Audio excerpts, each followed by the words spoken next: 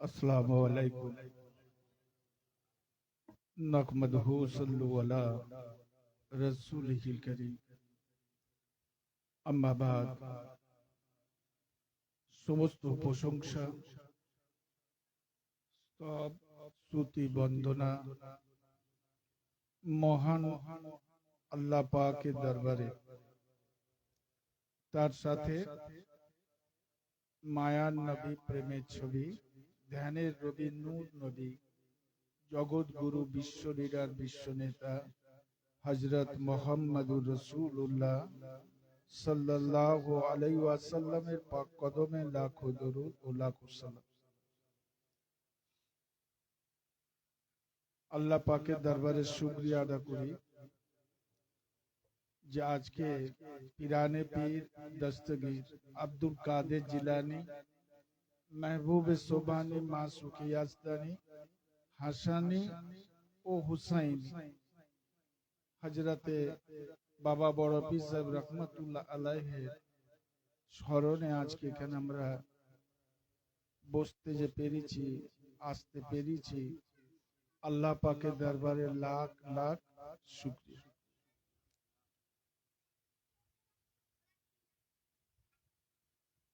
আমরা হয়তো অনেকে ভাবি যে আমি এখানে এসেছি বলি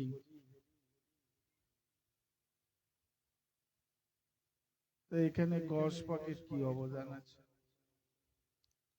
গস পাক রহমতুল্লাহ আলাইহি বলেন যে ওই মানুষটাই শুধু আমার নাম নিতে পারে, আমি যাকে হুকুম দিই। গস পাক হাসানি এবং হুসাইন দুটো ইমামের রক্ত ওনার শরীরে বইছে, বলুন সুবহান।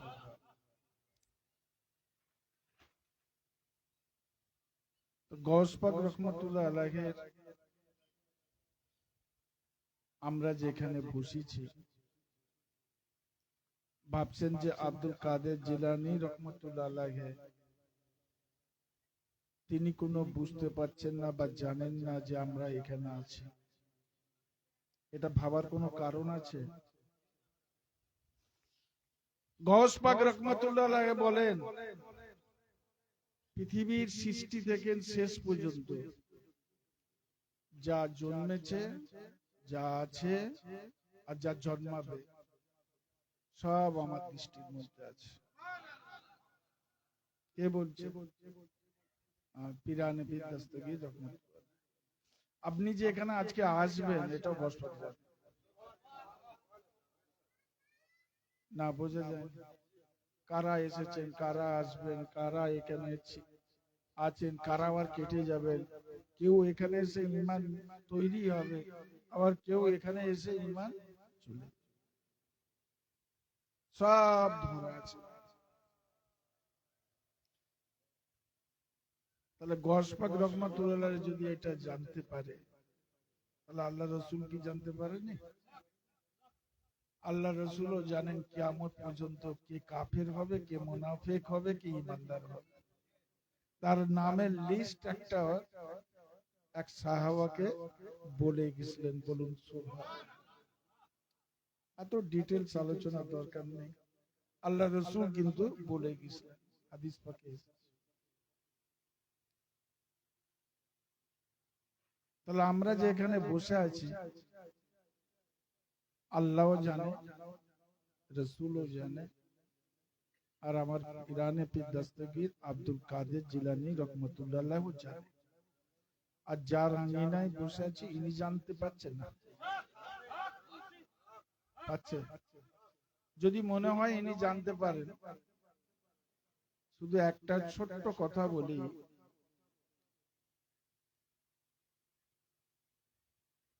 কোন আল্লাহওয়ালার দরবারে আপনি যাবেন খালি এই মনে করেছেন, আর এই মনে করার 40 দিন আগে, আপনার মনে করার 40 দিন আগে আল্লাহর ওলিরা জানতে পারে। আপনি যেখানে আসবেন, এই হামিদ স্যার রহমতুল্লাহ অনেক আগেই জেনে গেছে যে এরা আসবে। না বুঝতে পারে। তো গৌস পাক রহমতুল্লাহ আলাইহি বলছেন যে আমাকে ভালোবাসবে কবরে, হাসুরে, মিজানে, আশা করি আল্লাহ তার সমস্ত মুসিবত থেকে হাঁটিয়ে দেবে। এখন অনেকেই বলবে এটা শিরক কথা, কি করে হয়? বড়পীর সাহেবের কি বাপের সম্পত্তি? বলতে পারে। একটুখানি আমরা আগে যাই। দয়ার নবী হযরত মুহাম্মদুর রাসূলুল্লাহ সাল্লাল্লাহু আলাইহি ওয়াসাল্লাম বললেন, ওই ব্যক্তি আমার কাছে থাকবে, ওই ব্যক্তি আমার সঙ্গে থাকবে যে আমাকে ভালোবাসে। সরকারকে সঙ্গে যে ব্যক্তি থাকবে তার আর কোন জায়গায় চিন্তা আছে? চিন্তা নাই। তো গৌস পাক রহমতুল্লাহকে যদি আমরা ভালোবাসি তাহলে সরকারের সঙ্গে আমরা থাকবো, হ্যাঁ কি না? তো সরকারই তো অর্ডার দেয় কাকে গ্রেফতার করতে হবে, কাকে ধরতে হবে। তো সরকারের সঙ্গে থাকলে আবার কে অর্ডার দেবে, কে কাকে ধরবে? তাই না? আর আমরা বসে আছি সেই সরকারের আর এক সরকারের কাছে, হযরতে হামিদ স্যার রহমতুল্লাহ আলাইহির কাছে। এই সরকার যদি আমাদের সার্টিফিকেট দিয়ে দেয়, এনওসি দিয়ে দেয় যে ঠিক আছে এখানকার লোক, ও পৃথিবী যেখানেই যাবেন সেখানেই আপনাকে গ্রান্ট হয়ে যাবে। আর এই এনএসি তে যদি বলে দেয় যে এখানে করে লোক নয়, আপনি সারা জীবন মাথা পুরো মরে গেল, সব দরজা বন্ধ হয়ে যাবে।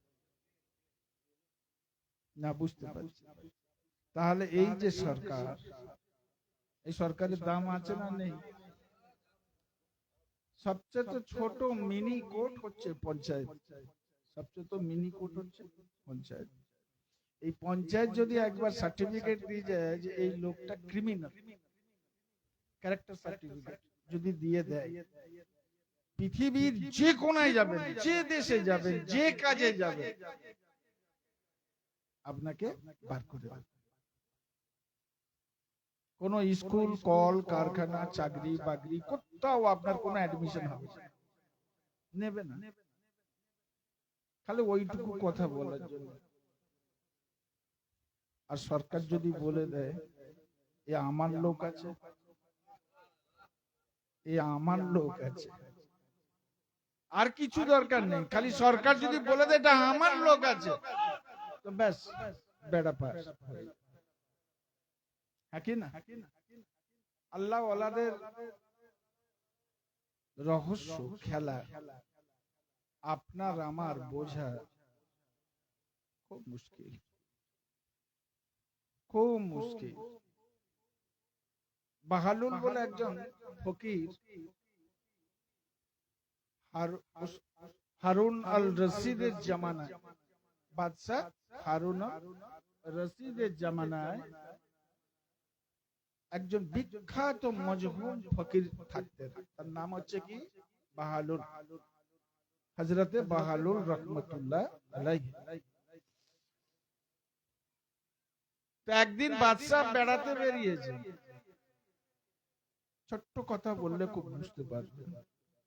বিবিকে নিয়ে, বিবির নাম হচ্ছে জাবেদা, তাকে নিয়ে হারুন আল রশিদ বেড়াতে বেরিয়েছেন নদীর ধারে। দেখেন নদীর বালুময় নদীর ধারে পাগলা বাহালুল বসে মাটি বালিগুলো কেমন করে কোলের কাছে টেনে নিয়ে আসছে, আবার সমান করে দিচ্ছে, আঙুল দিয়ে তার উপর দাগ কাটছে, আবার হাসছে, আবার বন্ধ করে দিচ্ছে। এইরকম হারুন আল রশিদ বাদশা তো ছিলেন, একজন আল্লাহওয়ালাও ছিলেন। হারুন আল রশিদ বাদশা ছিলেন, আবার আল্লাহওয়ালাও ছিলেন। অত কাজের মধ্যে অত বড় সাম্রাজ্য চালিয়ে এসার নামাজ পড়ে 100 রেখাত নফল নামাজ পড়তেন, তারপর বিছানায় যেতেন ডেলি। এটা ওনার ব্যাপার ছিল। তা হারুন আল রশিদ বলছে, কিরে বাহালুল, বাহালুল তুমি বসে কি করো? বলে, হুজুর ঘর তৈরি করছি। কিসের ঘর? বলে, জান্নাতের ঘর করছি, জান্নাতের বালাখানা তৈরি করছি। বাদশা হেসে উঠলেন, বিবিও হেসে উঠলেন। এমন সময় বাহালুলের দিকে চেয়ে বললেন, হারুন আল রশিদ বলছে, তো এই যে আঙুল দিয়ে দাগ কেটেছো, এইটা তোমার জান্নাতের ঘর? বললাম, এই ঘর কি হবে? হেসে যখন জিজ্ঞাসা করলেন, বাহালুল বললেন, হুজুর আমি বিক্রি করব বলে এই ঘরটা তৈরি করছি। এই যে দেখছেন অনেকগুলো ঘর আছে, যার যেটা পছন্দ আমি তাকে বিক্রি করি। বাদশা হেসে একটু এগিয়ে গেল। বাদশার বিবি জাবেদা বললেন, হুজুর বাহালুল, তোমার ওই জান্নাতের বালাখানার দাম কত? কত দিলে তুমি আমাকে দেবে? বাহালুল বললেন, রানীমা আপনি নেবেন? এক কাজ করুন, 1 আনা দেন। 1 আনা মানে তখনকার যুগে অনেক পয়সা। বাদশা হারুন আল রশিদের জামানায় 1 আনা মানে অনেক পয়সা। যে 1 আনা দেন আমি জান্নাত দিয়ে দেবো, বিক্রি করে দেবো আপনাকে। এই জান্নাতের যে বালাখানা আমি তৈরি করেছি আপনাকে। তো উনি হেসে উঠে রানী 1 আনা পয়সা বের করে বাহালুলকে দিলেন, আর হাসতে হাসতে চলে। বাহালুল বললেন, রানীমা আপনার নামে আমি বুক করে দিলাম, হ্যাঁ আপনি নিয়ে নেবেন। রানী চলে গেল, জাবেদা চলে গেল। বাদশা চেয়ে বলে, বিবি তুমি ওকে 1 আনা কেন দিলে? 1 আনা নিয়ে কোন গরিব মানুষকে দিলে মনে কাজে লাগে, তোকে কালি গামগাইটা দিলে কেন? বললো, ও যে ঘর বিক্রি করলো না, ওই 1 আনা দিয়ে ঘরটা দেবে জান্নাতের বলেছে, ওই জন্য আমি ওকে দিয়েছি। বলে, বেকার তুমি দিলে, ও এক পাগল, তুমি ওর মতো পাগলামি শুরু করে দিলে। যা হয়েছে হয়েছে, চল ঘরে চল। ঘরে চলে গেল, এসার নামাজ পড়ে তাহাজ্জুদ পড়ে 100 টাকার নামাজ পড়ে শুয়ে পড়েছে। রাতে বেলা স্বপ্নে দেখে হারুন আল রশিদ জান্নাতের আশপাশে ঘোরাফেরা করছে, জান্নাতের আশপাশে ঘোরাফেরা করে। যাকে দেখা হয় ওখানে কারা আছে? সব ফেরেশতা। ফেরেশতাকে জিজ্ঞাসা করছে, ভাই এই ঘরটা কার? অমুক। ওই বাগানটা কার? অমুকে। ওইটা কার? অমুকে। বলে, আই দূরে একটা কি সুন্দর বিল্ডিং আমি দেখতে পাচ্ছি, ওটা কার? বলে, ওইটা কাছে যে দেখো। অনেকটা তো দূর, কাছে যেতে। কাছে গেলেন, হারুন আল রশিদ দেখে ওনার বিবির নাম লেখা আছে।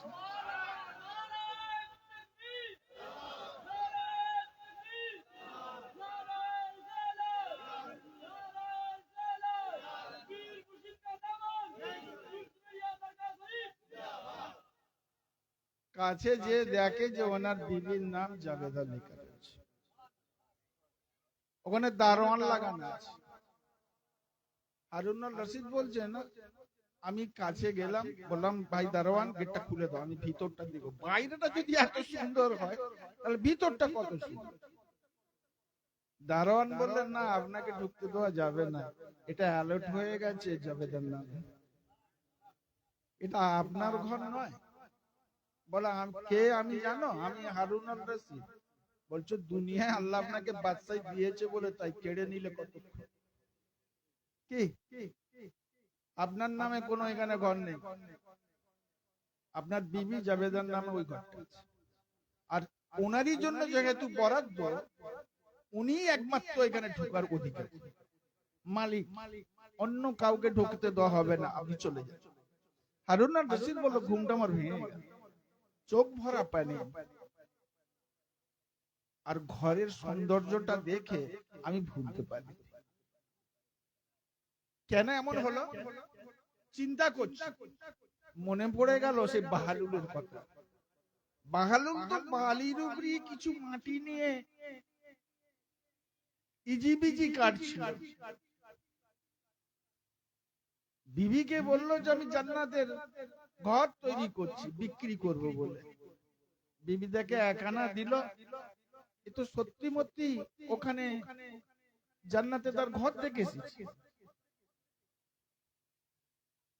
তাহলে তো আমি ভুল করেছি ওকে মজাক ভেবে। বিবিকে বললো, আজ মনটা ভালো নয়, বিবি চলো আজকে আমরা ওই নদীর ধারে বেড়াতে যাই। জাবেদাকে সাথে করে নিয়ে বেড়াতে গেলেন কে? হারুন আল রশিদ। আর চারিদিকে চমৎকার করে। বিবি বলে, আপনি চমৎকার করছেন কেন? এইভাবে তো কোনোদিন এদিক ওদিক দেখেননি। বলছে, বাহালুলকে কি দেখতে পাও? বলছে না। বলছে, যে কখন কোথায় থাকে কিছু বোঝা যায়। হঠাৎ করে বিবি বললেন, হুজুর হয় সেখানে একটা কবরস্থানের পাশে বসে আছে, চলুন। আপনি খুঁজছিলেন তো বাহালুলকে, ওই তো ওখানে বসে আছে। কবরস্থানের পাশে বাহালুলের কাছে হারুন আল রশিদ গেলেন, যে বললেন, বাহালুল আসসালামু আলাইকুম। ওয়া আলাইকুম আসসালাম। কি খবর বাদশা যাবো না? বলো, আমি তোমার কাছে এসেছি, তুমি কি করো? বসে বসে এখন কি করছো? বলো, হুজুর কি করবো, আজকেও একটা ঘর তৈরি করছি জান্নাত, তো জান্নাতের একটা বাগিচা তৈরি করছি, ভাবছি যে কিনবে তাকে দিয়ে। বাদশা বলেন, এক কাজ করো, আজকে আমাকে তুমি দিয়ে দাও। বলো কত তুমি নেবে, রেটটা বলো। বললো, বাদশা যাবো না, এ কেনার ক্ষমতা নেই। কেন? আমি বাদশা, আমি কিনতে পারবো না। কেন? কাল তো আমার বিবি কিনেছে একখানা পয়সা দিয়ে। বললো, হ্যাঁ। তো আমি কেন কিনতে পারবো না? কত দাম বলো?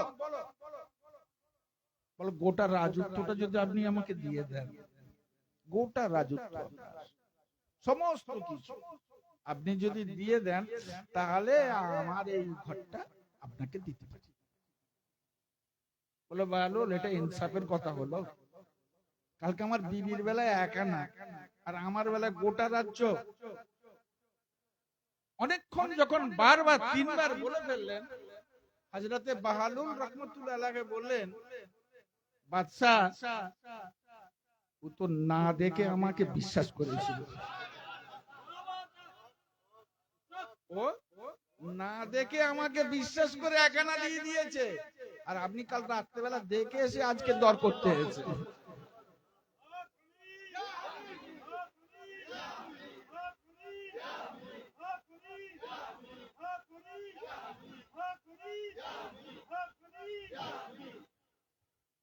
ও কোনো কিছু দেখা দেখি করেনি, শুধু মুখের কথায় বিশ্বাস করে ও আমাকে একখানা দিয়েছে। আল্লাহ ওর ঘর কবুল করে নিয়েছে। আর আপনি তো কাল রাতের বেলা দেখে এসে আজকে দর করতে এসেছেন না, তাহলে তার দাম বাড়বে। বোঝা যাচ্ছে? এখানেই শেষ কথা, আর বেড়ে লাভ নেই। দুটো জিনিস, আল্লাহকে আমরা কেউ দেখিনি, দেখেছি? রসুলের জামানায় আমরা আসিনি, রসুলকেও দেখি। গৌসের জামানায় আসিনি, গৌসকেও আমরা দেখি। কিন্তু হামিদ শাহকে আমরা দেখেছি না, দেখিনি। তেনার মুখের কথায় তিনি যা বলেছেন, যা শুনিয়েছেন, আমরা বিশ্বাস করেছি। আর সেই বিশ্বাসের আকীদায় ওই একানায় জান্নাতের ঘর পাওয়া যাবে না, পাওয়া যাবে না। আর বিচার করে ঘেটে ঘুটে যদি আপনি আসেন, গোটা পৃথিবী দিয়ে দিল, আপনি তার পাবেন। ওই জবেদার আর বাদশাহ হারুন আল রশিদের দশা ঘটে যাবে। এবার যেটা নিতে চান নেবে না, বোঝা যায়নি। গস পাকের একজন মুরিদ, ওই শুধু গস পাকের যে মাজার পাক আছে, ওই মাজার পাশের ওখানেই উনি থাকতেন। ওই ঘরটা ছোট্ট ঘর, সেখানেই মাজার। ওইখানে দরজাটা আমাদের অনেকটা বড়, একটু ছোট হবে, আমাদের এই দরজাটা একটু ছোট হবে। তো ওখানে বসে থাকতেন।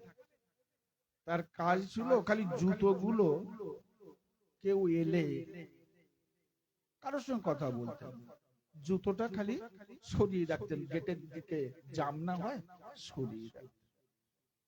না, বোঝা যায়নি। একজন আউলিয়া কুতুব ওখানে এসে হাজির।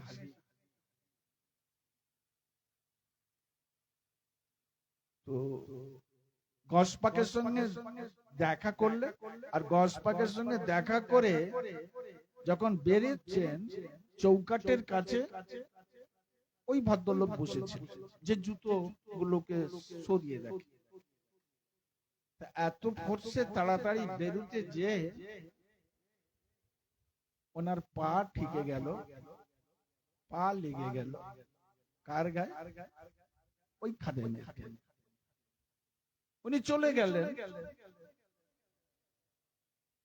তার পরের দিনে দেখে যে ল্যাংড়া লুড়ো হয়ে পা দুটো প্যারালাইজ হয়ে গেছে, হাত দুটো প্যারালাইজ হয়ে গেছে, ওই গস পাকের দরজার সামনে পড়ে আছে আর কাঁদছে। খাদেম বললো, এই লোকটাকে তো কাল দেখেছি, যাবার সময় বেরুবার সময় কিরকম আমার পায়ের উনার ধাক্কা আমার পায়ের কাজ শরীরে লেগে গেছে। হয়তো ইচ্ছাকৃত নয়, অনিচ্ছাকৃত হতে পারে, কিছু উনি মনেও করেননি। কয়েকদিন যখন দেখলেন, গসপাককে বললেন, হুজুর দেখে তো এই ভদ্রলোককে মনে হয় যে কোনো আল্লাহওয়ালা হবে, আর আপনারই কেউ হবে, নাহলে আপনার কাছে আসবে কেন? এর এই অবস্থা, আপনি একটু দোয়া করে দেন না, ভালো হয়ে যায়। আমার গসপাক বলেছিলেন, বাবা তুই তো কিছুই করিনিস না, তোর ইবাদত বন্দেগী আছে না, কিছু আছে, শুধু আমার তোর এই ভালোবাসার কারণে আর এই জায়গায় বসে থাকার কারণে, আমার গেটের কাছে থাকার কারণে, দারোয়ান, আমার গেটের দারোয়ান, তাকে কেউ লাথি মেরে চলে যাবে, এ আল্লাহ সহ্য করতে পারে, আল্লাহ সহ্য করতে পারেনি। আল্লাহ ওর কুতুবের যে টাইটেলটা, আউলিয়া যে টাইটেলটা কেড়ে নিয়েছে, আর ও হাত পা প্যারালাইজ হয়ে গেছে। তো এখানে পড়ে আছে কেন? এখানে পড়ে আছে এই জন্যই যে মুখে কথাও বলতে পারছে না, ও শুধু এইটুকুই বারবার কাঁদে আর আমার দিকে চেয়ে বলতে থাকে, মন থেকে বলতে থাকে, সরকার একবার দোয়া করে দেয়, আমি তো গুনাহগার, কিন্তু আমি কি করে গুনাহ মাফ করব, আর আল্লাহই বা কি করে মাফ করবে? গুনাহ তো তোমার কাছে করেছে, ওনার দারোয়ানের কাছে করেছে, তুমি যদি মাফ করো বলো হুজুর আমি কি মাফ করব, আমি একজন খাদেম, আপনার চাকর, আপনার আমার তো কোনো ইবাদত নেই যে যা দিয়ে আমি আল্লাহকে খুশি করতে পারি। অবশেষে খাদেম মাফ করলেন, আমার গসপাক দোয়া চাইলেন, আল্লাহর করম হয়ে গেল, ওই কুতুব ভালো হয়ে গেল, আল্লাহ তার সমস্ত জিনিস ফেরত দিলেন, আর খুশি মনে সকলের কাছে ক্ষমা চেয়ে উনি চলে গেলেন। এটা যদি গসপাকের একজন এই জুতো সরিয়ে দেওয়ার, পাবলিকের জুতো সরিয়ে দেওয়ার খাদেমের যদি এই অবস্থা হয়, হামিদ শাহ সেই বাগানের একটা ফুল, তো তার কি আল্লাহ পাক কিচ্ছু ক্ষমতা দেয়নি? গসপাক বললেন, আমার যে মুরিদ, আমাকে যে ভালোবাসে, আমার আওলাদের আওলাদকে যারা ভালোবাসে, এবং এই সিলসিলায় যত ওলিয়া আউলিয়া আছে তাদের হাতে যারা মুরিদ হয়েছে,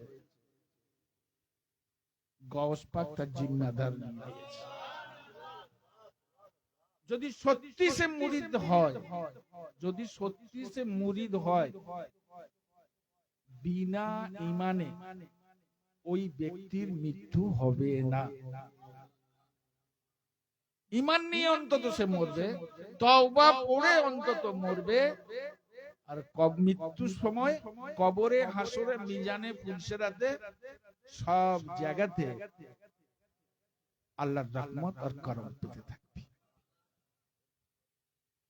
আমরা গসপাকের দামানের মধ্যে আছি না নেই? আরে বলবেন তো, গসপাক দুনিয়া থেকে বিদায় নেবেন, টাইম নেই, ছোট্ট করে বলি, গসপাক বিদায় নেবেন, ওই সময় আমার হিন্দেল ওলি আতায়ে রসুল খাজা মাইনুদ্দিন চিশতি রহমাতুল্লাহ আলাইহি বয়স 26-27 এইরকম হবে। এদিকে গসপাক পৃথিবী দেখেন বিদায় নেবে, 1-2 বছর বিদায় নেবার আগে, 1-2 বছর বিদায় নেবার আগে খাজা সাহেবের বয়স তখন 27-28। ইরানে একটা পাহাড় এরিয়া, ওখানে খাজা মাইনুদ্দিন চিশতি রহমাতুল্লাহ আলাইহি পাহাড়ের মধ্যে ইবাদত করছে, ধ্যান মগ্ন। কোনদিন শুনেছো? খাজা মাইনুদ্দিন চিশতি রহমাতুল্লাহ ওখানে ধ্যান মগ্ন। গসপাক রহমাতুল্লাহের বহু মুরিদকে নিয়ে কথা বলতে বলতে ভাবা বেগে যে আমাকে তো চলে যেতে হবে, যাওয়ার আগে তোমাদেরকে একটা কথা বলি, যে আমার পা সমস্ত ওলিদের গর্দানে। কি বুঝলেন? ওটা স্টাফ। পিরানে পীর দস্তগীরের কদম মোবারক যার কাঁধে পড়েনি সে কোনদিন ওলি হতে পারবে না। না বোঝা গেল? এই কথাটা যখনই বলেছেন, বলছেন কোথা? বোগদা। আর খায়ের সাহেব আছে কোথা? ইরান। না বোঝা যাচ্ছে? উনি সঙ্গে সঙ্গে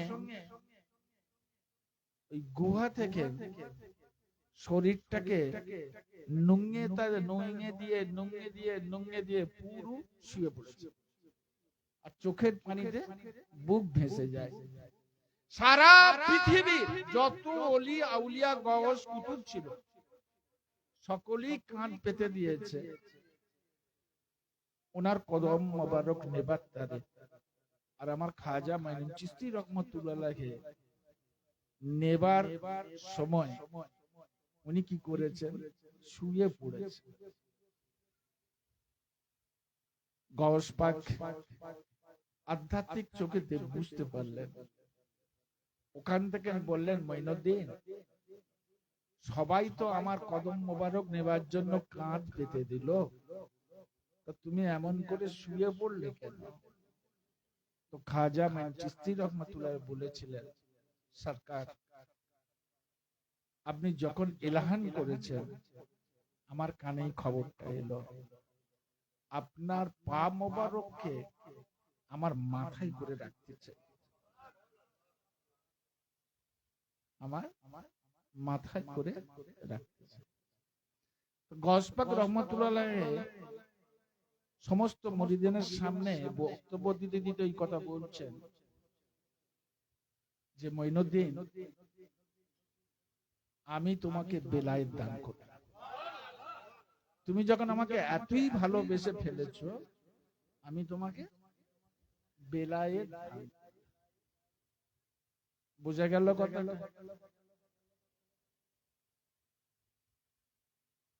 তো গওস-পাক রহমতুল্লাহ আলাইহি কাদেরিয়া হোক, চিশতিয়া, নাকশবন্দিয়া, মুজাদ্দিদিয়া, সায়রবর্দিয়া, মুহাম্মাদিয়া, যত সব তরিকা আছে, সমস্ত তরিকার যত পীর আছে, মাশায়েখ আছে, সকলেই আমার গওস পাকের ভালোবাসে। হ্যাঁ কি না? কিন্তু আমরা সেই বাগানের ফুল। আমার বলার বক্তব্য, তা আমরা যদি আমার সরকারকে সব সময় আমাদের কালবে যদি নিতে পারি, মাথায় করে রাখতে পারি, আমাদের কোনো চিন্তা আছে? যে চিন্তা নেই। সবচেয়ে তো সোজা একটা ঘটনা সরকার যেটা বলে গেলেন, তুমি আমার কথা মতো কাজ করবে আর তোমার কাজটা আমি করে দেব। এর চেয়ে বড় কথা কিছু আছে? ব্যাস এই এতটুকু কথার উপর আমল করুন, চলুন। আল্লাহ যদি কবুল করে নেয়, বেড়া পার হয়ে যাবে। আসুন আমার আপনার আকা দুজাহানের বাদশাহ রাহমাতুল লিল আলামিন কাফিল মুজনিবিন হযরত মুহাম্মদুর রাসূলুল্লাহ সাল্লাল্লাহু আলাইহি ওয়াসাল্লাম মদিনা শরীফের মধ্যে শুয়ে আছেন। দোয়া খায়ের করার আগে আমরা একবার সালাম ও কিয়াম পাঠ করে নেব। ইয়া নবী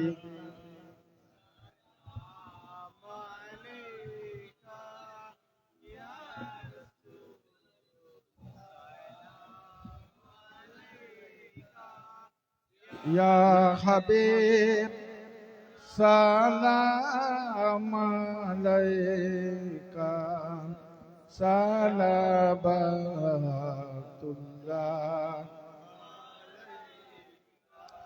আজনে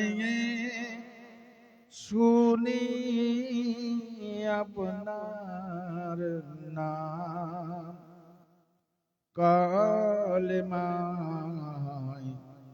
পড়ি আপনার নাম নামাজে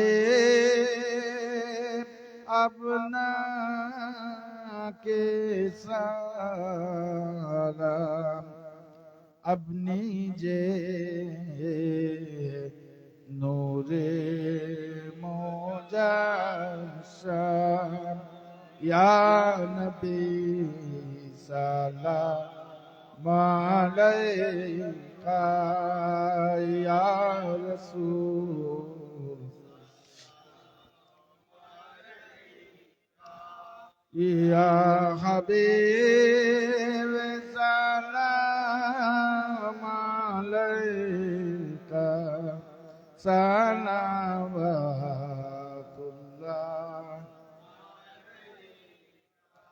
सदका दे गौसुल आजम का सदका दे खाजा मोइन का सदका दे जमालुद्दीन का सदका दे हाबिबिया का या नबी सलाम अलैका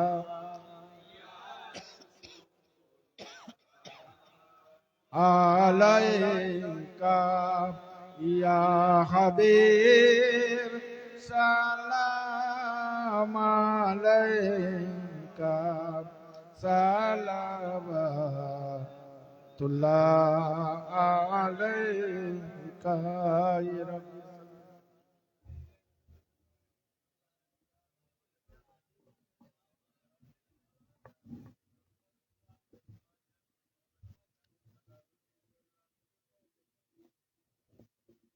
আল্লাহুম্মা সাল্লি আলা সাইয়্যিদিনা আলা আলি সাইয়্যিদিনা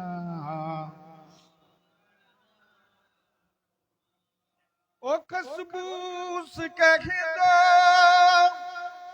ও নহায়ে বাহার ও খুশবু মুঝে जरूरत नहीं जिस खुशबू से मैं की सारे जहां ओ खुशबू मदीने से आती है अल्लाहुम्मा सल्ली अला सय्यिदिना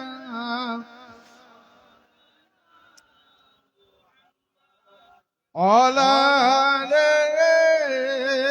सय्यिदिना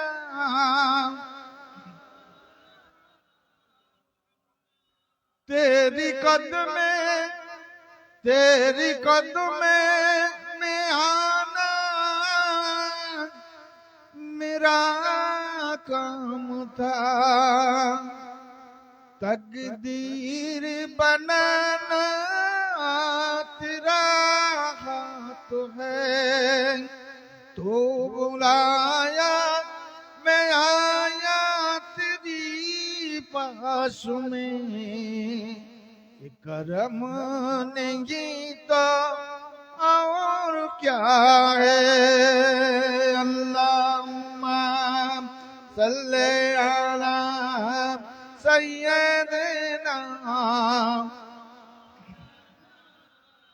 अला आले सय्यिदिना।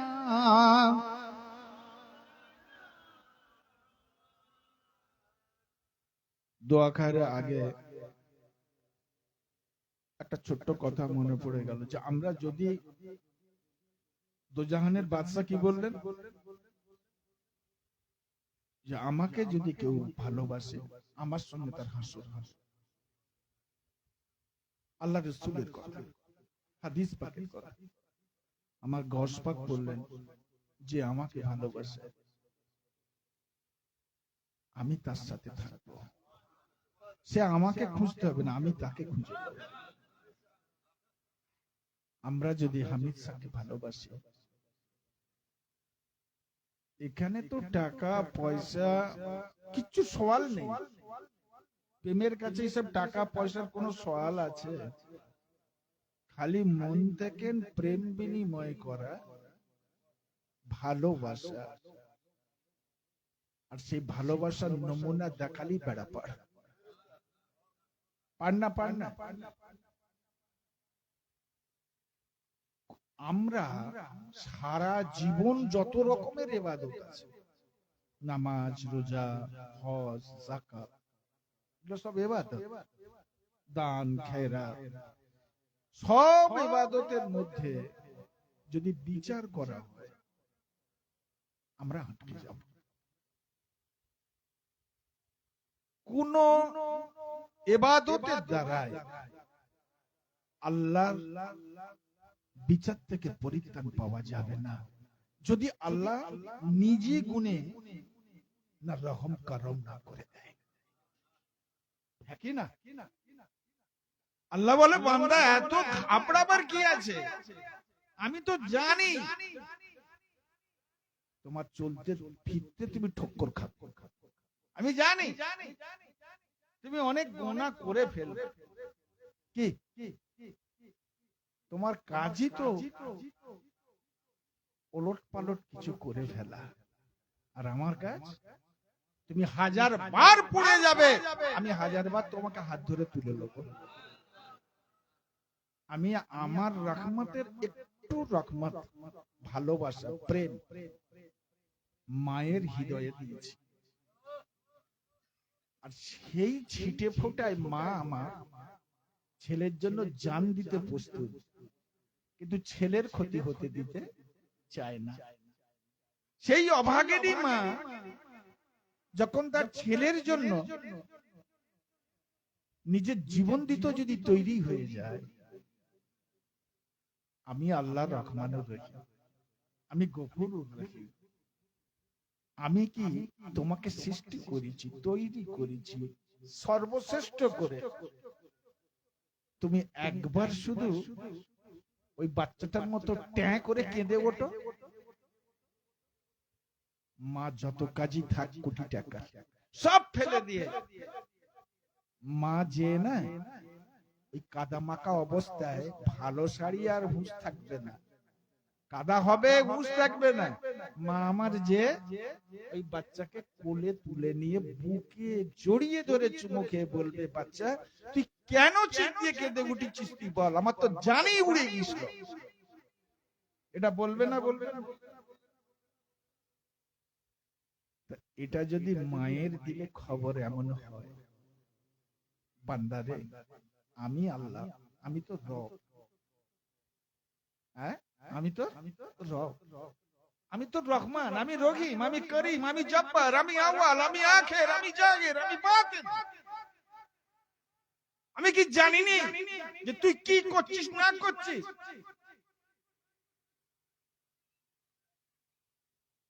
তুই দিনে হোক আর রাতে হোক, তুই একবার ওই রকম চিক দিয়ে কেঁদে হোক না, একবার তুই চোখের পানি এক ফোঁটা ফেলে দে। আমি আল্লাহ কসম করে বলি, সব ঋণ আমি শোধ করতে পারবো, কিন্তু চোখের ভক্তের চোখের পানি, আশিকের চোখের পানির দাম দেওয়া মুশকিল। আল্লাহ বলে, ফেরেশতারে আমার বান্দার ওই পানিটাকে আরশে মাওলায় তুলে রাখে।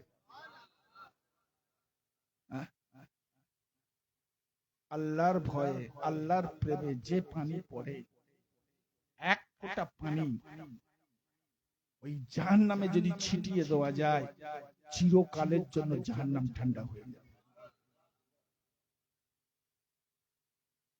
বান্দা তুই একবার নামাজে এসে সিজদা দিয়ে কেঁদে ফেল, দুটো হাত তুলে তওবা পড়ে তুই একবার কেঁদে ফেল।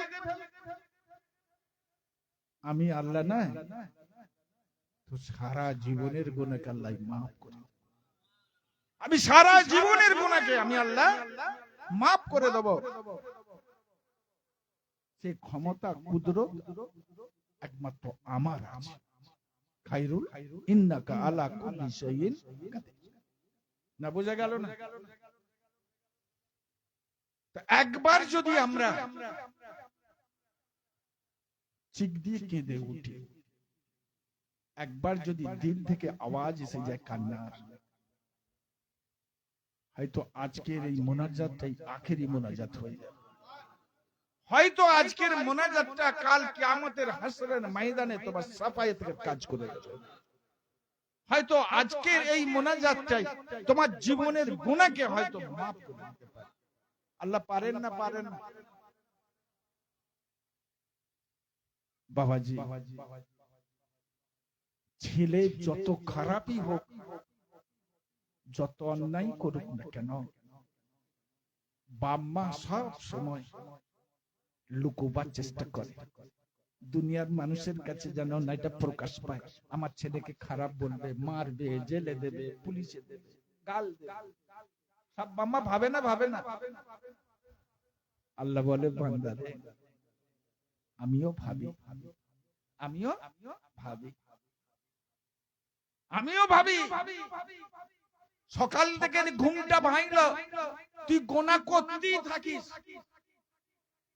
আমি আল্লাহ মাফ করতেই থাকি। তোর 99টা গোনা হলো, 100টা গোনা হলো, আমি আল্লাহ নয়, চুপি চুপি 99টা মাফ করে দিই।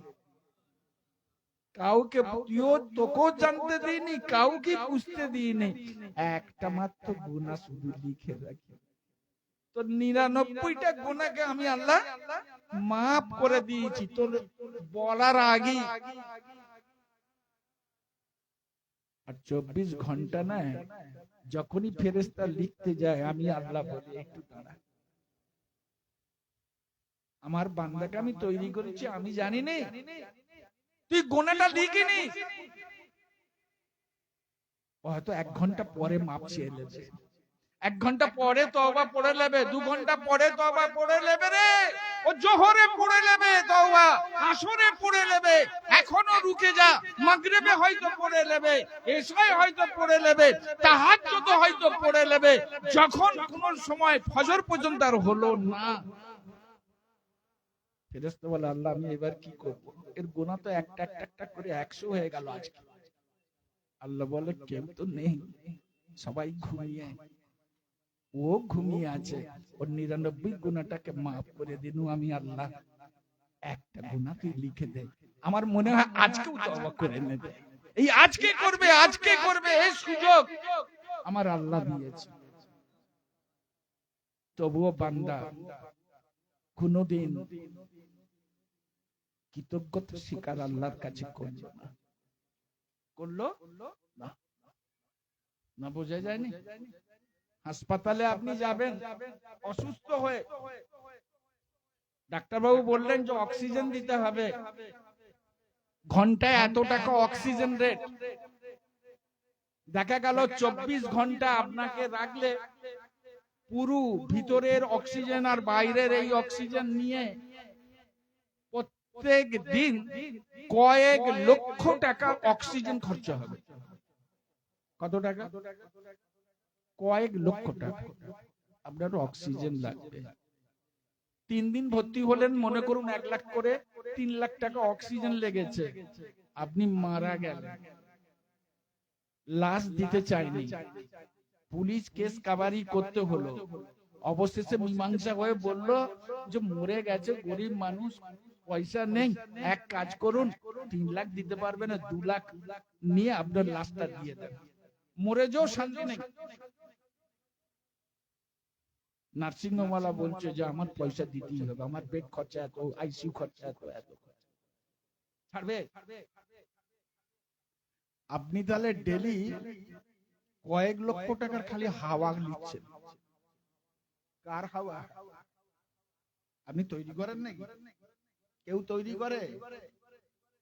এই যে অক্সিজেন আমরা নিচ্ছি কয়েক লক্ষ টাকা, 3 দিনের অবস্থায় জন্য যদি আপনি না দিতে পারেন, কান্না কাটি, হাতে পায়ে ধরাধরি, লাশ নেবার জন্য, না কথা ঠিক না বেটি? লাশ ফুলে গেছে, পচে যাচ্ছে, ছেলে হয়ে আপনি এর ওর হাতে পায়ে ধরে কোন রকম টাকা জোগাড় করে নিয়ে আসছেন, আর এই 30 বছর, কারো 40 বছর, কারো 50 বছর, এখানে বয়স 60 বছর, কারো 70 বছর, আমাদের বয়স, তাহলে ডেলি যদি লক্ষ টাকার করে আমরা নিই, তাহলে 70 বছরে, 60 বছরে, 50 বছরে কত টাকার অক্সিজেন আল্লাহ দিয়েছে বলেন না? একবারও কি বলেছি আল্লাহ বলেছে টাকা দে? বলেছে যে টাকাটা দে, না হলে সব বন্ধ করে দেবো? আল্লাহ বলে বান্দা আমি ওয়াদা করেছি তোমার সঙ্গে, ওয়াদা করেছি। কি ওয়াদা করেছি? যতদিন তুমি থাকবে দুনিয়ায়, তোমার হায়াত থাকবে, তোমার পানি, আগুন, হাওয়া, যা যা দরকার দুনিয়াদারি মেটেরিয়ালস আমি তোমাকে দিতে থাকবো। বিনিময়ে বান্দা আমি কিচ্ছু চাইনি, শুধু একটু ভালোবাসা চেয়েছি, বিনিময়ে শুধু একটু ভালোবাসা চেয়েছি, একটু প্রেম চেয়েছি। তুমি কি আমাকে ভালোবাসতে পারবে না? তুমি কি আমাকে বলতে পারবে না যে আল্লাহ খায়রুল ইন্নাকা আলা কুল্লি শাইইন কাদির, আল্লাহু আকবার, আমি তোমাকে স্বীকার করে নিচ্ছি। তুমি কি একবারও বলতে পারবে না লা ইলাহা ইল্লাল্লাহু মুহাম্মাদুর রাসূলুল্লাহ সাল্লাল্লাহু আলাইহি ওয়াসাল্লাম? একবার তুমি বলতে পারবে না আমাকে? তুমি একবার বলে দেখো না, চোখের পানি ঠস করে এক ফোঁটা ফেলে দাও, আমি সারা জীবনের সব গুনাহকে তোমার আমি মাফ করে দেব। আমার রহমতের কোলে আমি আল্লাহ তোমাকে তুলে নেব। মা যেমন ছেলেকে তুলে নিয়েছিল, আমিও ঠিক তেমন ভাবে আমার রহমতের আঁচল দিয়ে তোমাকে ঢেকে দেব। পৃথিবীর কোনো তাকত নেই তোমার সর্বনাশ করতে পারে। তাই আজকে এক্ষুনি দোয়া খায়ের হবে। 5টা কোরআন খতম আছে, 500 দরুদ শরীফ আছে, আরো আংশিক ভাবে কিছু দোয়া দরুদ শরীফ আছে। তার সাথে সাথে লঙ্গরখানা সারাদিন চলেছে, বিভিন্ন নাম গজল মাহফিল, বিভিন্ন আয়াত কারিমা পেশ করা হয়েছে। যদি আল্লাহ কবুল করেন, যদি আল্লাহ কবুল করেন, আমার সরকারের পাক কদমের সাথে না বোঝা যায়নি, নামাজ ততক্ষণ হবে না, নামাজ ততক্ষণ হবে না সরকারের শানে যতক্ষণ না সালাম না দেন। আজকাল টাইম নেই। শুধু তাই নয়, সরকারকে সালাম তো দূরের কথা, সরকারের আল আউলাদ যত আছে তাদের সকলকে আপনাকে সালাম দিতেই হবে নামাজে, তবেই আপনার নামাজ হবে, না নামাজ হবে না। বুঝে যায়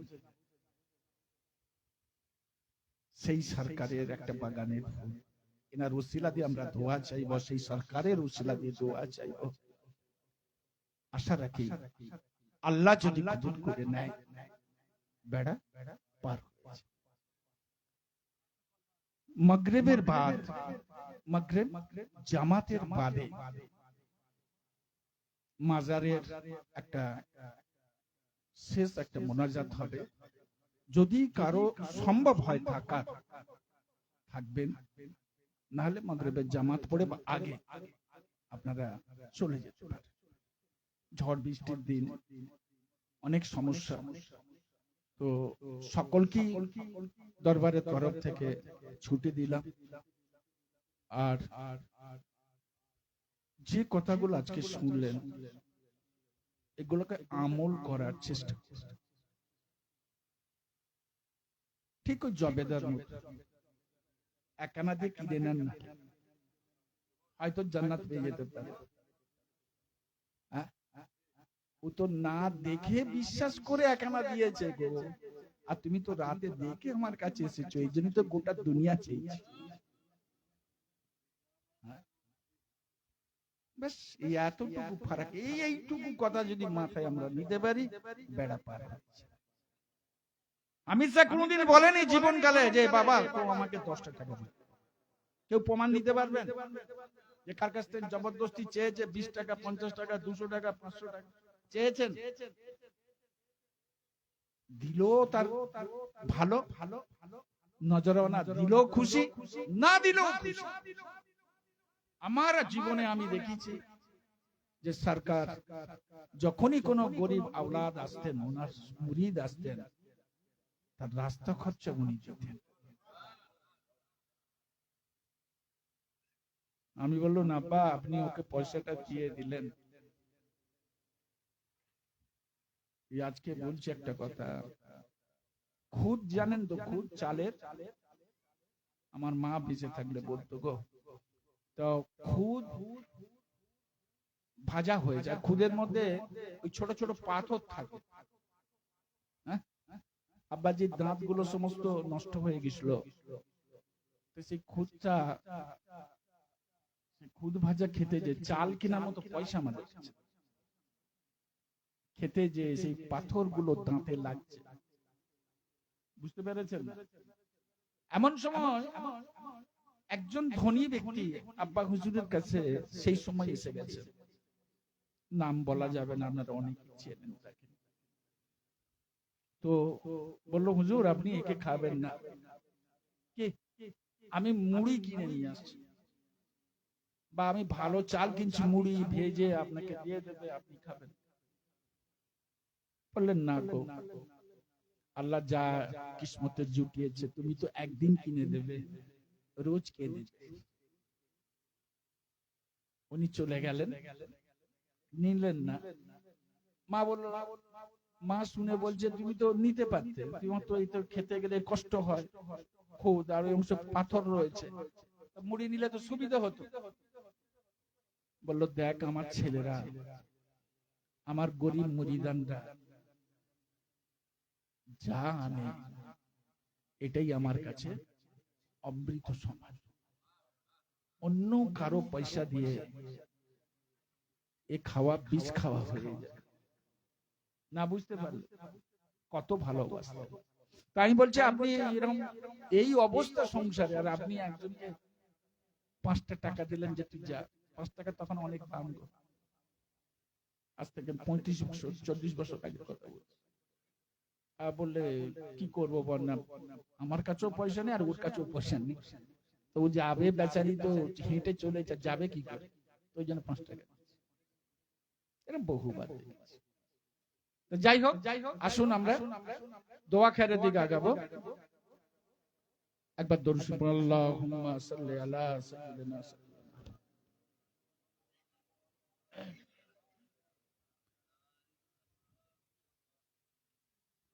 তবে একটা কথা খালি আজকে বলে দিই,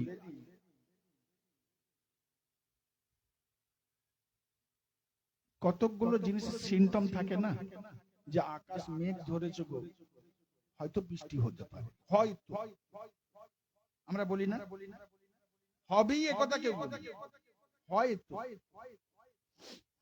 আমার শারীরিক বা মানসিক, আমার নিজের কথা, শারীরিক বা মানসিক যে অবস্থা, তার কিছু লক্ষণ দেখা দিচ্ছে, তাতে করে বোঝা যায় জানিনি আল্লাহ কতদিন তোমাদের সাথে আমার এইভাবে বসে কথাবার্তা বলতে পারে, ডাকেনি চলে গেছে, তাই না? তো আমার এইটুকুই মনোজাত করার আগে বলার বক্তব্য, যে কদিন আল্লাহ আমাকে হায়াতে রাখে, তার মধ্যে আপনাদের মানুষ হওয়ার যে দরকার, তার সলিউশন, তার রাস্তা আপনারা বুঝে নেন। চলে যাবার পর কে আপনাকে বোঝাবে কি বোঝাবে না, কি বকবে কি ঝোঁকবে, কি বার করে দেবে কি বলবে, আমিও জানি, তাই তো নাকি? থাকাকালীন জেনে নাও, বুঝে নাও, দেখে নাও, হাতে কলমে প্র্যাকটিস করে,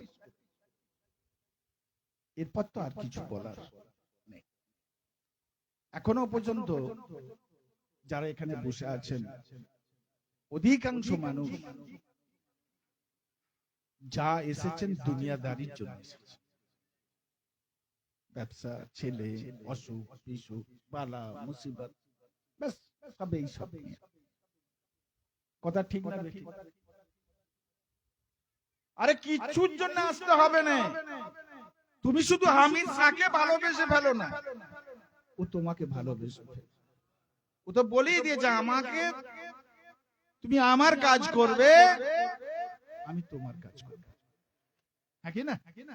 ব্যাস বেড়া পার, কথা শেষ। আর যে কদিন আল্লাহ আমাকে হায়াতে রাখেন, হয়তো ভাববেন আমি ঘরেই আছি, শুয়ে আছি, বসে আছি, কিন্তু খুব ব্যস্ততার মধ্যে আছি। এই জন্য আছি, যাওয়ার আগে টিকিটের দামও জোগাড় করা দরকার, আর যেই দেখাশোনা করবে তারও একটা লোক খুঁজে দরকার, দুটিই দরকার না? আমি তো সফরে যাব, তাহলে আমি যদি সফরে যাই, তাহলে ঘরটা তো একটা হেফাজতের জন্য কাউকে রাখতে হবে নাকি?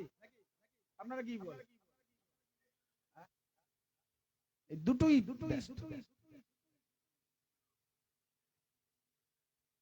আমার এই বয়সে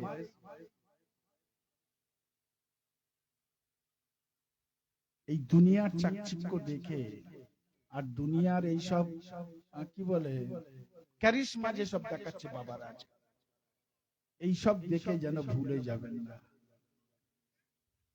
যত দিন যাবে নতুন নতুন ক্যারিশমা দেখতে পাবেন। সব ইন্দ্রজালের খেলা, না বোঝা যায়? যেদিন বুঝবেন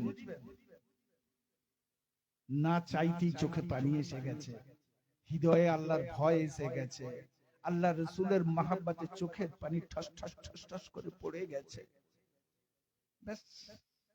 একটা ছেলে যখন হারিয়ে যায়, মা যখন শোনে যে তোমার ছেলে 10 বছর হারিয়ে গেছে, তোমার ছেলেকে এই মাত্র দেখলাম বাস স্ট্যান্ডে নামতে, মার ঘরে থাকবে গা? সে যে অবস্থায় থাকবে, মা আমার ছুটবে, আমার ছেলে এসেছে। কথা ঠিক না বেটি? তা বাবাজি একটু বোঝার চেষ্টা কর। আর প্রতি 11 শরীফে আসার চেষ্টা করুন। কাউকে তো বলা হয়নি যে আপনাকে এখানে 50 টাকা জমা দিতে হবে, 10 টাকা দিতে হবে, 5 টাকা দিতে হবে। কাউকে বলা হয়েছে? কেউ চেয়েছে? সকলেই 11 শরীফ করা দরকার। আর সেই 11 শরীফটা যা যেমন ক্ষমতা হবে, 1 টাকা, 4 আনা, 8 আনা, 5 টাকা, 10 টাকা, 5000 যা পারবেন এখানে জমা দেবেন। ওই টাকা দিয়ে আবার 11 শরীফ যেমন হবে তেমন হবে, কি না? আসুন আমরা দোয়া করব। আল্লাহু আকবার। ইয়া আল্লাহু ইয়া রহমানু ইয়া রহিমু ইয়া কারীম ইয়া হাইয়্যু ইয়া কাইয়্যুম ইয়া গফুরুর রহিম। আল্লাহ, আপনার পবিত্র এই নামের গুণে, আপনার হাবিবের সরকারের পাক কদমের সদকায়, পাঞ্জাতনের পাক কদমের সদকায় আল্লাহ, আপনি আজকের এই ফাতিহাকে কবুল করে নেন। 5 খতম যে কোরআন শরীফ, 500 বার যে কালমা শরীফ এবং 500 বার যে দরুদ শরীফ, আংশিক ভাবে যে কোরআন শরীফ এবং সিন্নি সালামত এবং 11 শরীফ আজকে যে উদযাপন করা হয়েছে, আল্লাহ আপনার মাহবুবের সাদকায় আপনি কবুল করে নেন। খাস করে যদি কোনো সওয়াব দেন, ওই সওয়াব তো জাহানের আকা হযরত মুহাম্মদুর রাসূলুল্লাহ সাল্লাল্লাহু আলাইহি ওয়াসাল্লামের পাক কদমে লাখো দরুদ লাখো সালাম দিয়ে সওয়াব খানি পৌঁছে দেবেন। আল্লাহ, আয় আল্লাহ, সরকারের আলাউলাদ হযরত ফাতেমা জোহরা রাদিয়াল্লাহু তাআলা, হযরত আলী করিমুল্লাহ রাদিয়াল্লাহু তাআলা আনহু, হযরত হাসান হুসাইন রাদিয়াল্লাহু তাআলা আনহু, ওনাদের পাক কদমে লাখো দরুদ লাখো সালাম দিয়ে সওয়াব খানি পৌঁছে দেবেন। আল্লাহ, আয় আল্লাহ পাক রব্বুল আলামিন, আজকের জেনার উদ্দেশ্যে আজকে ফাতিহার ব্যবস্থা করা হয়েছে। পীরানে বিদাস্তগীর আব্দুল কাদের জিলানী, মাহবুবে সুবহানী, মাসুকি ইয়াজদানী, শাহ শেখ মাইনুদ্দিন কুতুবে রব্বানী, গাউসুল আজম বাবা বড় পীর সাহেব রাহমাতুল্লাহ আলাইহি হুজুরের পাক কদমে লাখো দরুদ লাখো সালাম দিয়ে সওয়াব খানি পৌঁছে দেবেন। আল্লাহ, আয় আল্লাহ, ওনার আলাউলাদ এবং খাস করে বাগদাদের জমিনে যত আল্লাহ ওয়ালা বুজুর্গানে দিন শুয়ে আছেন, ইরাকের জমিনে যত আল্লাহ ওয়ালা বুজুর্গানে দিন শুয়ে আছেন, ওনাদের পাক কদমে লাখো দরুদ লাখো সালাম দিয়ে সওয়াব খানি পৌঁছে দেবেন। আল্লাহ, হিন্দুস্তানের বাদশা খাজা মাইনুদ্দিন চিশতি হাসান সঞ্জারি রাহমাতুল্লাহ আলাইহি, মুজাদ্দিদ আল ফিসানি রাহমাতুল্লাহ আলাইহি, ভারতবর্ষের জমিনে যত আল্লাহ ওয়ালা বুজুর্গানে দিন শুয়ে আছেন, আল্লাহ ওনাদের পাক কদমে সওয়াব খানি পৌঁছে দেবেন। আল্লাহ, খাস করে 4 পীর 14 খানদান 4 মজাবাদ 4 ইমাম হুজুরদের পাক কদমে লাখো দরুদ লাখো সালাম দিয়ে সওয়াব খানি পৌঁছে দেবেন আল্লাহ। খাস করে আমার দাদা হুজুর পীর কেবলা শাহ সৈয়দ জামালউদ্দিন শাহ রাহমাতুল্লাহ আলাইহি হুজুরের পাক কদমে লাখো দরুদ লাখো সালাম দিয়ে সওয়াব খানি পৌঁছে দেবেন। তার সাথে সাথে আব্বা হুজুর পীর কেবলা শাহ সুফিয়া আশিক রাসূল মাস্তানে শাহ আব্দুল হামিদ আলী খান রাহমাতুল্লাহ আলাইহি হুজুরের পাক কদমে লাখো দরুদ লাখো সালাম দিয়ে সওয়াব খানি পৌঁছে দেবেন আল্লাহ। तमाम नबी कुतुब गौस वली अल्लाह फकीर दरवेश हाजी गाजी मौलवी मुत्तकीन स्वादीन सालेहीन दावेदारीन समस्त হুজুরদের পাক কদমে লাখো দরুদ লাখো সালাম দিয়ে সওয়াব খানি পৌঁছে দেবেন আল্লাহ। আয় আল্লাহ খাস করে দয়া করে মেহেরবানি করে तमाम বিশ্বের মানুষকে দিনা সিরাতুল মুস্তাকিমের রাস্তায় চলার আপনি তৌফিক দান করে দেন আল্লাহ। আল্লাহ তোমার দুনিয়ায় যত আল্লাহ ওয়ালা বুজুর্গানে দ্বীন এখন হায়াতে আছে আল্লাহ পাক রব্বুল আলামিন তাদের হায়াত দারাজ করে দেন। আয় আল্লাহ আমরা গুনাহগার বদকাসিয়াকার খাকসা আপনার দরবারে দুটো হাত তুলেছি আল্লাহ। সরকারের পাক কদমের সদকাতে আমাদের জীবনের সগীরা কবিরা গুনাহগুলোকে আল্লাহ আপনি maaf করে দেন। আয় আল্লাহ হেদিনা সিরাতুল মুস্তাকিমের রাস্তায় চলার তৌফিক দান করে দেন। মানুষ শয়তান জিন শয়তান নাফস শয়তানের ধোঁকা থেকে খারাপি থেকে জাদু টোনা তিলিশমাতি থেকে শিরক বিদআত থেকে আল্লাহ আপনি আমাদের সকলকে হেফাজত করে নেন। যে রাস্তায় গেলে আপনি খুশি হবেন আপনার হাবিব খুশি হবে মাওলা ওই রাস্তায় আমাদের চলার আপনি তৌফিক দান করে দেন। আয় আল্লাহ পাক রব্বুল আলামিন খাস করে আমরা এখানে যত মানুষ বসে আছি মাওলা গো আমাদের বাপ আমাদের মা কারো আত্মীয় স্বজন এই দুনিয়ার বুক থেকে চলে গেছেন অন্ধকার কবরের মধ্যে শুয়ে আছেন আল্লাহ এই সবের পরিবর্তে কবরের আযাবকে আপনি নাজাত দিয়ে আল্লাহ তাদের জান্নাত নসিব করে দেন। আল্লাহ এই দরগা শরীফের যত ভক্ত মুরিদ যে যেখানে আছে আল্লাহ সকলের উপরে আপনি রহম করম করে দেন। সকলের দোয়াকে আপনি কবুল করে নেন। সকলকে আল্লাহ ওয়ালা বুজুর্গানে দ্বীন আপনি বানিয়ে দেন।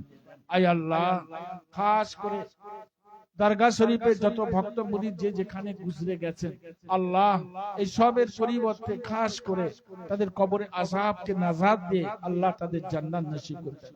যারা কোরআন খতম করেছে যারা এই কালমা খতম করেছে যারা দরুদ শরীফ পড়েছে যারা মিলাদে মাহফিলকে আজকে কায়েম করেছে এবং সিন্নি সালামত যারা সহযোগিতা করেছে এবং যারা বাবুচি রান্না বান্না করেছে এবং সমস্ত যারা এক গ্লাস পানি পর্যন্ত আগিয়ে দিয়েছে মাওলা গো এর সাদকা পিরানে পিতাস্তগীর আব্দুল কাদের জিলানী রহমাতুল্লাহ আলাইহির পাক কদমের সদকাতে আপনার হাবিবের পাক কদমের সদকাতে আল্লাহ তুমি ভরিয়ে দাও কি ইনাম দিলে হয় মাওলা।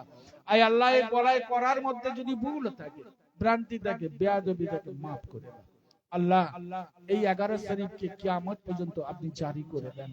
আয় আল্লাহ আমাদের মধ্যে এই 11 শরীফের মাধ্যমে আল্লাহ তোমাকে তোমার হাবিবকে খোঁজার দেখা পাওয়ার আল্লাহ রাস্তা তুমি বানিয়ে দাও সদকায়ে জারিয়াত করে দাও মাওলা। আল্লাহ আপনি কবুল করে নেন। যে রাস্তায় চলিলে মাওলা পাইব তোমায় ও রাস্তায় চালাও মাওলা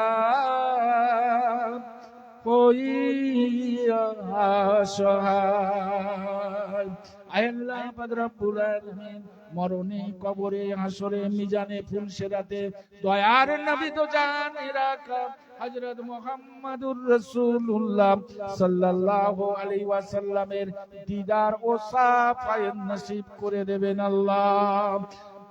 اللهم صل وسلم بارك على عبدك رسولك الكريم رحمة للعالمين صافي المجنبين سيدنا سيدنا حبيبنا نبينا مولانا محمد وعلى بيته أولاده ذرياته أزواجه وصحابه أوليائه أمته أجمعين كما صليت وسلمت باركت رحمتك على آل سيدنا إبراهيم وعلى آل سيدنا إبراهيم إنك حميد مجيد سبحان ربك রাব্বিল ইজ্জাতি আম্মা ইয়াসিফুন ওয়া সালামুন আলাল মুরসালিন আলহামদুলিল্লাহি রাব্বিল আলামিন আমিন আমিন সুম্মা আমিন বাকি লা ইলাহা ইল্লাল্লাহ